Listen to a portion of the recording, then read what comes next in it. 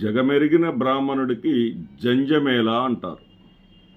అంటే ఇక్కడ మనం అర్థం చేసుకోవాల్సింది ఏంటంటే, వర్ణానాం బ్రాహ్మణే గురువు. వేదం నేర్చుకునేటటువంటి బ్రాహ్మణుడు వేదాన్ని ప్రజలకు వర్ణించేటటువంటి జ్ఞాన సంపద కూడా కలిగి ఉంటాడు అని. అలాంటి బ్రాహ్మణుడు ప్రత్యేకించి తన జంజాన్ని ప్రతిసారి ప్రజలకు చూపాల్సిన పని లేదు, బయటకు చూపించాల్సిన పని లేదు. అతను వేదకర్మను పాటిస్తూ ఉండి ప్రజలకు ఉపకారం చేస్తే చాలు అని దాని అర్థం. ఇదంతా ఎందుకు చెప్పాల్సి వస్తుందంటే, ఇటీవల కుంభమేళ పుణ్య స్నానం ఆచరించినటువంటి పవన్ కళ్యాణ్ గారు వారు సతీ సమేతంగా అక్కడికి వెళ్ళి కుంభమేళ పుణ్యస్నాన సందర్భంలో మంచి సాంప్రదాయాన్ని, సనాతన సాంప్రదాయాన్ని ఆయన పాటించారు. ఆ సనాతన సాంప్రదాయం ఏంటంటే, స్నానం ఆచరించేటప్పుడు ఖచ్చితంగా ఒంటిపైన చొక్కా వేసుకోకూడదు, చొక్కా కానీ బనియన్ కానీ ఉండకూడదు. అవి తీసేసి ఆయన సనాతన ధర్మాన్ని ఆచరించారు. అందుట్లో ఎలాంటి సందేహం లేదు. కానీ ఆ చొక్కా తీసినప్పుడు జంజం కనిపించింది. ఆ జంజం మీద అనేక రకాలైనటువంటి ట్రోల్స్ అవ్వటం, ప్రత్యర్థి టీవీలు, కొన్ని అనుకూల టీవీలు అనుకూలంగానూ, ప్రత్యర్థి టీవీలు ఇదేమిటి ఈ వింత ఏమిటి అని చెప్పేసి అనేక రకాలుగా ఆయనని ట్రోల్ చేయటం జరిగింది. అందువల్ల నేను జగమెరిగిన బ్రాహ్మణుడికి జంజమేళ అనాల్సి వచ్చింది. ఇక్కడ మనం పరిగణలోకి తీసుకోవాల్సినటువంటి మరొక ప్రధానమైనటువంటి అంశం కూడా ఉన్నది. ఏంటంటే, ప్రధానమంత్రి స్నానం ఆచరించిన తర్వాత ఆయన సనాతన దుస్తులతోటి ప్రధానమంత్రి దగ్గరికి వెళితే ఆయన నేరుగా అడిగేశారంట, జోక్ వేశారు అని చెప్పేసి పవన్ కళ్యాణ్ గారి అనుకూల మీడియాలోనే వచ్చింది. హిమాలయాలకు వెళుతున్నావా అని అడిగారని. ఇక్కడ పెద్దలు ఊరకే అనరు మాటలు. ఎందుకంటే వాళ్ళ నోటిలో నుంచి వచ్చిందంటే ఆ మాటకి ఎంతో విలువ ఉంటుంది. ప్రధానమంత్రి ఊరికే అనలేదు ఆ మాట. ఎందుకంటే ఊరక నువ్వు చేయాల్సిన పనులు చాలా ఉన్నాయి, మరీ అతి చేస్తున్నావేమో ఒకసారి చూసుకో. రాజకీయ నాయకుడిగా నువ్వు ఉన్నావు. రాజకీయ నాయకుడిగా మీరున్నప్పుడు అన్ని కులాల వాళ్ళు, అన్ని మతాల వాళ్ళు వేస్తే, మీకు ఓట్లు వేస్తే మిమ్మల్ని పదవి వరించింది. గెలిచిన తర్వాత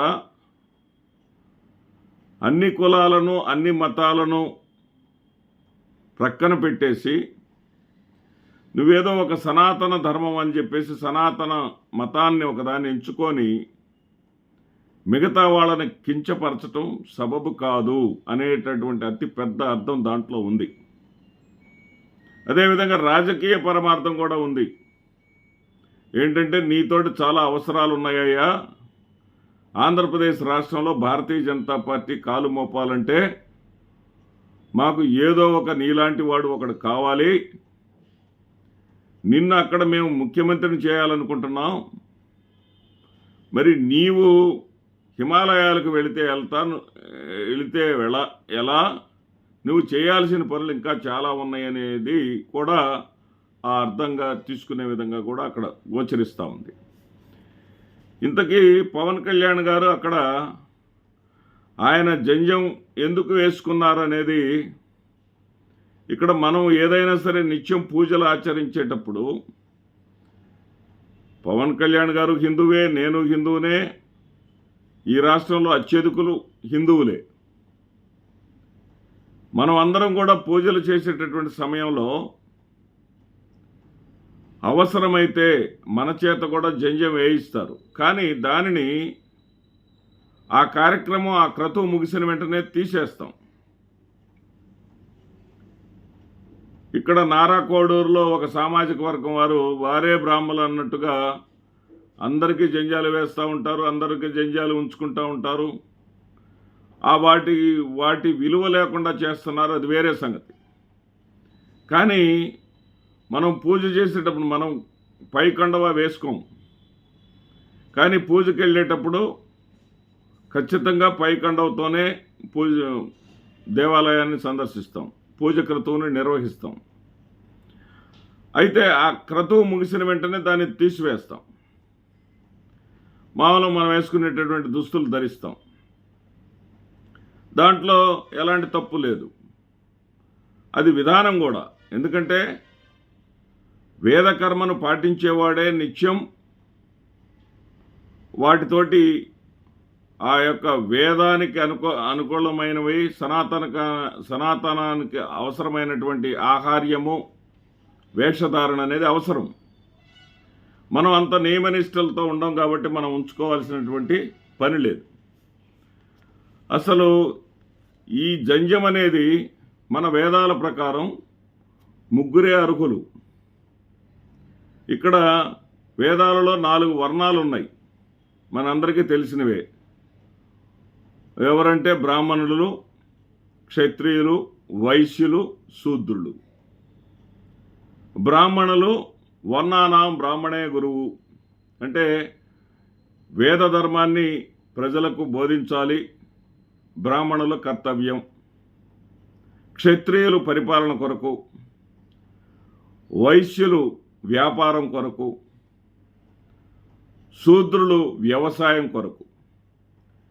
శూద్రులను కూడా, వ్యవసాయం చేసేటటువంటి శూద్రులను కూడా వేదం తక్కువగా చూడలేదు.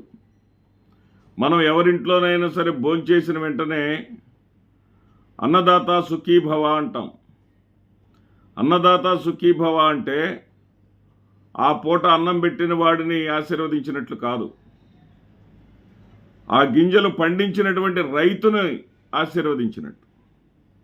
ఆ ఫలం ఆ గింజను పండించినటువంటి రైతుకు దక్కుతుంది. వేదం నుంచి వచ్చినటువంటి ఒక వాక్యానికి అంతటి పరమార్థం ఉంటుంది. దానిని ఎలా వినియోగించాలో అలాగే వినియోగించాలి. మన రాజకీయ అవసరాల కోసం మన ఇష్టం వచ్చినట్టుగా వినియోగించకూడదు. ఇక్కడ గర్భాష్టమం బ్రాహ్మణే ఉపనయనం సంస్కారం. గర్భాష్టమం, అష్టమం అంటే 9 మాసాలు మీరైనా నేనైనా ఎవరైనా సరే 9 మాసాలు తల్లి గర్భంలో ఉంటాం. అది ఒక సంవత్సరానికి దగ్గరగా ఉంటుంది. అష్టమం బ్రాహ్మణే ఉపనయన సంస్కారం అంటే బ్రాహ్మణుల పిల్లవాడికి 7వ సంవత్సరంలో, పుట్టిన తర్వాత 7వ సంవత్సరంలో, అంటే తల్లి గర్భంలో ఉన్నప్పుడు కూడా మనకి జంజం ఉంటుంది. ఆ పేగులు జంజంలాగా ఉంటాయి. ఆ తల్లి గర్భంలో ఉన్న కాలంలో ఉన్నాయి కాబట్టి దానిని మరలా మనం 7 సంవత్సరాల వయసు వచ్చిన తర్వాత వేస్తున్నాం కాబట్టి అష్టమం అనే మాటను వాడతారు. ఇది సాంప్రదాయం. 7 సంవత్సరాలు నిండినటువంటి బ్రాహ్మణుడికి అక్కడ జంజం వేస్తారు. ఇక్కడ ద్వాదశే క్షత్రియ, ఏకాదశే క్షత్రియ. క్షత్రియులకు 11వ సంవత్సరంలో జంజం వేస్తారు. ద్వాదశే వైశ్య, వైశ్యులకు 12వ సంవత్సరం జంజం వేస్తారు. ఇది వాళ్ళు జీవితాంతం ఆ జంజాన్ని అలాగే ఉంచుకుంటారు. మరి పవన్ కళ్యాణ్ గారు వేసినటువంటి జంజం అనేది ఆ సమయంలో పుణ్యస్నానం ఆచరించేటటువంటి సమయంలో పండితులు సూచన మేరకు వేసుకున్నటువంటిదా, లేకపోతే జీవితాంతం ఆయన అలాగే ఉంచుకుంటారా అనేది కాలం చెప్తుంది. ఎందుకంటే మరలా ఎప్పుడైనా సరే ఆయన ఆ విధంగా దర్శనమిచ్చినప్పుడు కానీ మనకు అర్థం కానటువంటి పరిస్థితి. అయితే ఇక్కడ మనం ఆధునిక కాలంలో ఉన్నటువంటి మనం ఆలోచించాల్సినటువంటి విషయాలు కొన్ని ఉన్నాయి. ఏమిటంటే సనాతనే సనాతనే సనాతనే అని చెప్పుకొని వెళ్ళిపోతూ ఉంటే ప్రజాస్వామ్యంలో ఈ సనాతనేకి ప్రాధాన్యత ఉన్నదా, లౌకికవాదానికి ప్రాధాన్యత ఉన్నదా అనేటటువంటి అంశం. నేను హిందూనే, కానీ నేను సనాతనాన్ని గౌరవిస్తూనే లౌకికవాదాన్ని ఆచరిస్తాను. మన చుట్టూ ఉన్నటువంటి సమాజాన్ని, మన చుట్టూ ఉన్నటువంటి జీవరాశుల్ని, మన చుట్టూ ఉన్నటువంటి ప్రజలందరినీ కూడా సమానంగా చూసుకోగలిగేవాడే నిజమైన సనాతనవాది అనేటటువంటి నా యొక్క విశ్వాసం, నమ్మకం అది. అలా కాకుండా సనాతనం పేరుతోటి ఒక మతాన్ని ఆకాశంలోకి తీసుకెళ్లేటటువంటి ప్రయత్నం చేయటం, ఇతర మతాలను దూషించటం, కించపరచటం, ఏదో జరిగిపోయిందన్నట్లుగా, ఉన్నది లేనట్లుగా ప్రజలను రెచ్చగొట్టేటటువంటి ప్రయత్నాలు చేయటం, ఇవి సబబు కాదు, ఇవి కరెక్ట్ కాదు. నేను ఏమిటి సార్ ఈ జంజం గురించి అని చెప్పేసి నాకు తెలిసినటువంటి ఒక తెలుగు మాస్టర్కి ఫోన్ చేస్తే, ఎందుకు అడుగుతున్నారు సార్ ఈ ప్రశ్న అని చెప్పేసి అంటే, నేను ఇటీవల పవన్ కళ్యాణ్ గారి పుణ్యస్నానం సందర్భంగా ఆయన ఒంటి మీద జంజం చూశాను నేను. మరి మన సూత్రులు ఎవరు కూడా జంజం వేసుకోరు కదా, ఆయన ఎలా వేసుకున్నారంటే దానికి ఆయన సమాధానం చెప్పకుండా చాలా ఒక వ్యంగ్య బాణం వేశారు. ఏమన్నారంటే, జోదమున జోటిని ఓడినోడు, సత్యనిరతమున సతిని అమ్మినోడు, సర్దుబాటు మాటున సతులను మార్చినోడు, అందరూ సనాతనే మాస్టారు, నేనేం చెప్పను అన్నారు. ఇక మీరే ఆలోచించుకోండి. నమస్తే.